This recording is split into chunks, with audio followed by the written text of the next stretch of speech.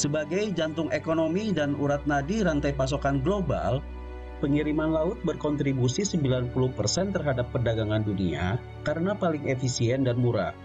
Hal ini disebabkan kapal laut memiliki ukuran yang lebih besar dibandingkan moda transportasi lainnya yang menjadikannya kapasitas angkut kargo menjadi lebih besar. Nah, di 2 dekade terakhir ini, ukuran rata-rata kapal kontainer itu naik lebih dari 2 kali lipat. Tahun 1996, kapasitas kapal peti kemas sebesar 6.600 TEU, 20 Foot Equivalent Unit. Saat ini, kapasitas kapal laut 4 kali lebih besar, yaitu 24.000 TEU. Cukup membentuk antrean sepanjang 90 mil atau 144 km jika kontainernya disimpan memanjang dari ujung ke ujung, kira-kira jarak dari Jakarta sampai Bandung. Kondisi ini secara umum sebenarnya sangat bagus untuk industri pengiriman barang, karena semakin efisien pengiriman barang, pada akhirnya harga barang akan lebih kompetitif. Namun demikian, jika kita lihat dari sisi risiko khususnya asuransi, implikasi ukuran kapal yang semakin besar akan meningkatkan potensi terjadinya akumulasi kargo, yang tentunya harus menjadi perhatian bagi industri asuransi di dalam pengelolaan akumulasi tersebut. Selain kondisi di atas, ada beberapa faktor lain yang bisa meningkatkan risiko di moda transportasi laut ini. Yang pertama, perilaku forwarder yang lebih memilih kapal berbiaya rendah dan bukan berdasarkan risiko. Yang kedua, kurangnya transparansi eksposur kargo. Di saat pemilik barang telah menyerahkan barangnya ke forwarder, mereka tidak tahu lagi kargo mereka berada di mana, di kapal mana, atau di pelabuhan mana pada waktu tertentu. Menurut R. Smith, Global Head of Marine Claims dan Global Head of International Program Claims di Zurich Insurance Group, pengiriman peti kemas telah menjadi risiko utama untuk rantai pasokan yang membutuhkan peningkatan transparansi eksposur kargo dan keselarasan dengan kontrak asuransi. Kondisi ini tentunya cukup mengkhawatirkan bagi industri asuransi laut. Eksposur kargo yang tidak diketahui dan tidak dapat dihitung itu ada biayanya, karena perusahaan asuransi harus bisa nentuin harga untuk ketidakpastian. Sementara, ketidakpastian ini sangat mempengaruhi batasan dan kapasitas yang bisa ditawarkan oleh perusahaan asuransi. Jangan terlalu berharap banyak kepada shipping company, forwarding, atau pemilik kargo bisa memantau dan membatasi eksposur sesuai dengan konteks batasan asuransi. Selain kondisi di atas, ada beberapa kondisi di internal perusahaan asuransi yang bisa menjadikan akumulasi eksposur kargo tidak dapat terkontrol. Misalnya, sebaran underwriter yang cukup banyak di kantor cabang dan kantor pusat, beragamnya sumber bisnis atau segmen yang digarap, serta tidak adanya sistem informasi yang mendukung yang memadai untuk menangani permasalahan ini. Lantas, bagaimana akumulasi kargo itu bisa terjadi? Konsekuensi apa yang bisa ditimbulkan? Dan langkah apa yang harus dilakukan? Tonton video ini sampai habis.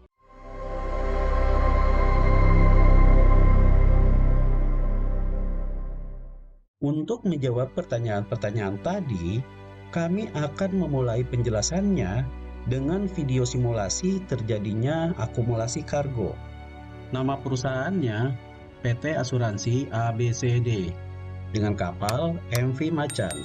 Rute pelayaran Busan Korea, Kaohsiung Taiwan, Hong Kong, Singapura, dan Jakarta. Estimasi tanggal keberangkatan tanggal 1 Juli dari Busan, 6 Juli dari Kaohsiung, 12 Juli dari Hong Kong, dan 18 Juli dari Singapura. Dengan nomor pelayaran V001 untuk rute dan jadwal pelayaran tersebut.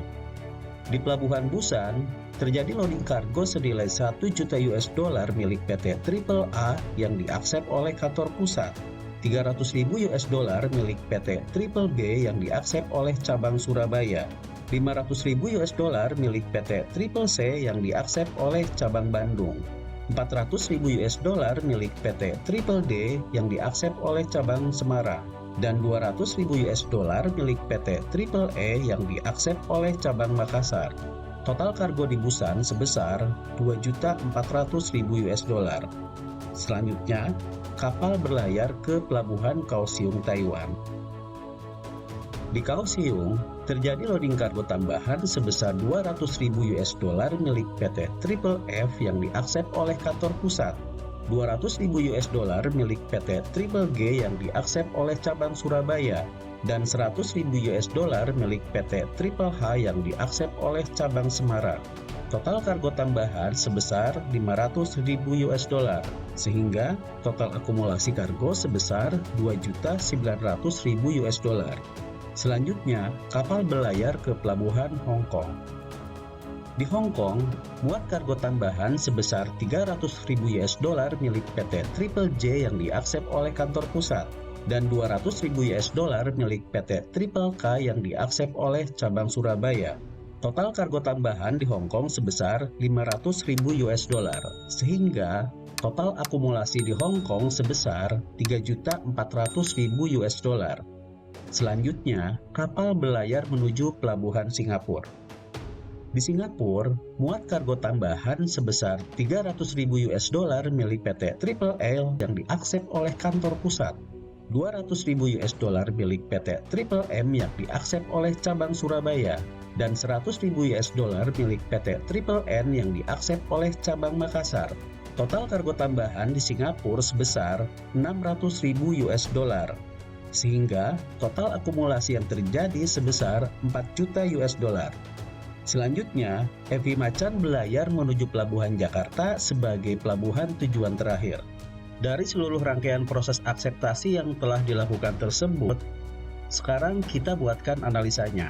Yang pertama, analisa berdasarkan kewenangan akseptasi. Dengan limit kewenangan kita bagi menjadi 3, yaitu 1 Technical Director Unlimited, 2 Underwriter kantor pusat sebesar 1 juta US dollar any one shipment atau any one vessel. Yang ketiga, underwriter cabang sebesar 500.000 US dollar any one shipment atau any one vessel. Kita lihat tabel di sebelah kanan. Untuk cabang Bandung, Makassar, dan Semarang telah melakukan akseptasi sesuai dengan limit kewenangannya. Tidak demikian dengan cabang Surabaya dan kantor pusat yang telah melampaui limit. Cabang Surabaya melakukan 4 kali akseptasi, di mana 2 akseptasi pertama di Busan dan Kaohsiung sesuai dengan kewenangannya. Namun untuk akseptasi yang ketiga dan keempat di Hong Kong dan Singapura terjadi over limit. Selanjutnya kantor pusat melakukan 4 kali akseptasi. 1 akseptasi pertama di Busan masih dalam batas kewenangannya, namun untuk akseptasi yang kedua di Kaohsiung, ketiga di Hong Kong, dan keempat di Singapura terjadi over limit. Nah, potensi breach of authority limit ini bisa terjadi di seluruh underwriter, baik di kantor pusat maupun di kantor cabang jika pada saat melakukan akseptasi baru, setiap underwriter tidak memperhitungkan akumulasi dari seluruh akseptasi sebelumnya, sehingga tidak bisa mengetahui limit kewenangan yang tersisa. Kemudian kita buat analisa kedua, yaitu berdasarkan kapasitas treaty yang dimiliki. Untuk program treaty-nya adalah quota share dengan kapasitas sebesar 3 juta US dollar dan alokasinya sebesar 50% on retention dan 50% quota share. Sekarang kita lihat tabel di sebelah kanan. Akumulasi akseptasi di pelabuhan Busan sebesar 2.400.000 US dollar yang telah dilakukan oleh cabang Bandung, Makassar, Semarang, Surabaya, dan kantor pusat. Selanjutnya, di pelabuhan Kaohsiung terjadi 3 kali akseptasi yang dilakukan oleh cabang Semarang, Surabaya, dan kantor pusat dengan total 500.000 US dollar, sehingga total akumulasi kargo menjadi 2,9 juta US dollar. Jadi kapasitas tersisa adalah 100.000 US dollar. 3 juta dikurangi 2,9 juta. Sampai sejauh ini semua masih aman, tidak ada breach of capacity. Nah, sewaktu di pelabuhan Hong Kong, cabang Surabaya dan kantor pusat seharusnya tidak melakukan 2 akseptasi baru karena sisa kapasitas tinggal 100.000 US dollar tadi. Termasuk juga di Singapura, di mana ada 3 kali akseptasi tambahan yang dilakukan oleh cabang Makassar, cabang Surabaya, dan kantor pusat. Selanjutnya, kita lihat tabel alokasi risiko atas polis-polis yang telah diterbitkan tadi ke dalam program Treaty Quota Share tersebut. Untuk polis 1-8 yang berangkat dari Busan dan Kaohsiung, alokasi risikonya bisa sesuai dengan program treaty yaitu 50% on retention dan 50% quota share karena nilai akumulasi yang terjadi sebesar 2,9 juta US dollar masih di bawah kapasitas treaty. Sedangkan untuk polis yang ke-9, hanya 100.000 US dollar yang bisa menggunakan kapasitas treaty dengan rincian 50.000 US dollar on retention dan 50.000 US dollar quota share. Untuk sisanya, 200.000 US dollar terpaksa dimasukkan ke dalam on retention, sehingga total OR untuk polis yang ke-9 ini menjadi 250.000 US dollar. Untuk polis ke-10 sampai 13, seluruhnya masuk ke OR karena limit quota share telah penuh. Over capacity atau over limit ini bisa dihindari jika pada saat melakukan akseptasi, setiap underwriter memperhitungkan akumulasi akseptasi yang terjadi. Akumulasi akseptasi dimaksud adalah akseptasi yang dilakukan oleh underwriter tersebut dan juga yang dilakukan oleh underwriter lainnya, baik untuk polis yang sudah diterbitkan maupun yang masih dalam proses penawaran. Bagaimana seandainya terjadi eksiden atau musibah terhadap MV Macan pada pelayaran tersebut, di mana seluruh muatan kargo mengalami kerusakan total? Total liability perusahaan sesuai dengan jumlah polis yang telah diterbitkan adalah sebesar 4 juta US dollar. Sesuai dengan alokasi risiko di atas, di mana kapasitas treaty yang dimiliki hanya 3 juta US, maka ekses yang terjadi sebesar 1 juta US dollar akan ditanggung menjadi OR perusahaan tersebut. Dengan total OR bertambah menjadi 2,5 juta US dollar dan kuota share 1,5 juta US dollar. Akumulasi ini baru dari satu kapal. Bagaimana kalau ada 2 atau 3 atau lebih kapal di rute dan waktu yang sama mengalami musibah secara bersamaan? Dan kondisi ini sangat memungkinkan terjadi, mengingat jumlah kapal yang berlayar di seluruh dunia itu sangat banyak. Perlu diketahui, menurut situs Equasis, total jumlah kapal kargo di tahun 2020 sebanyak 78.543 kapal dari berbagai jenis, di mana kapal kontainer berjumlah 5.390 dan general cargo sebanyak 16.125 kapal. Kedua jenis kapal inilah yang paling berpotensi besar akan terjadinya risiko akumulasi.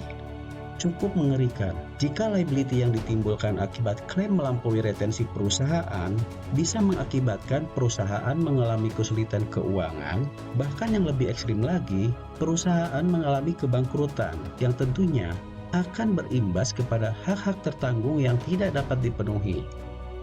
Adapun secara garis besar, langkah mitigasi yang dapat dilakukan perusahaan adalah dengan membuat kebijakan terkait kewajiban pengelolaan akumulasi risiko atau block risk, termasuk menyediakan tools pendukungnya, agar data akumulasi secara real-time dapat diakses oleh seluruh underwriter-nya.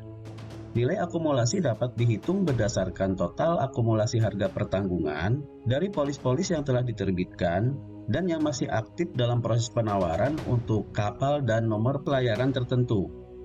Nah, dengan adanya block risk ini, diharapkan akan memberikan rasa confidence kepada underwriter di dalam mengelola exposure marine cargo karena lebih terukur dan terkontrol, yang tentunya secara tidak langsung memberikan proteksi atas kelangsungan usaha perusahaan tersebut. Di sisi lain, block risk ini bisa dikatakan merupakan salah satu langkah manajemen risiko dari perusahaan asuransi di dalam mengimplementasikan POJK nomor 44 tahun 2020 terkait dengan manajemen risiko, khususnya risiko asuransi, dan juga SEOJK nomor 8 tahun 2021 tentang penerapan manajemen risiko bagi perusahaan asuransi syariah, perusahaan reasuransi, dan perusahaan reasuransi syariah. Bagaimana menurut pendapat teman-teman? Silahkan berikan komentar. Sampai jumpa.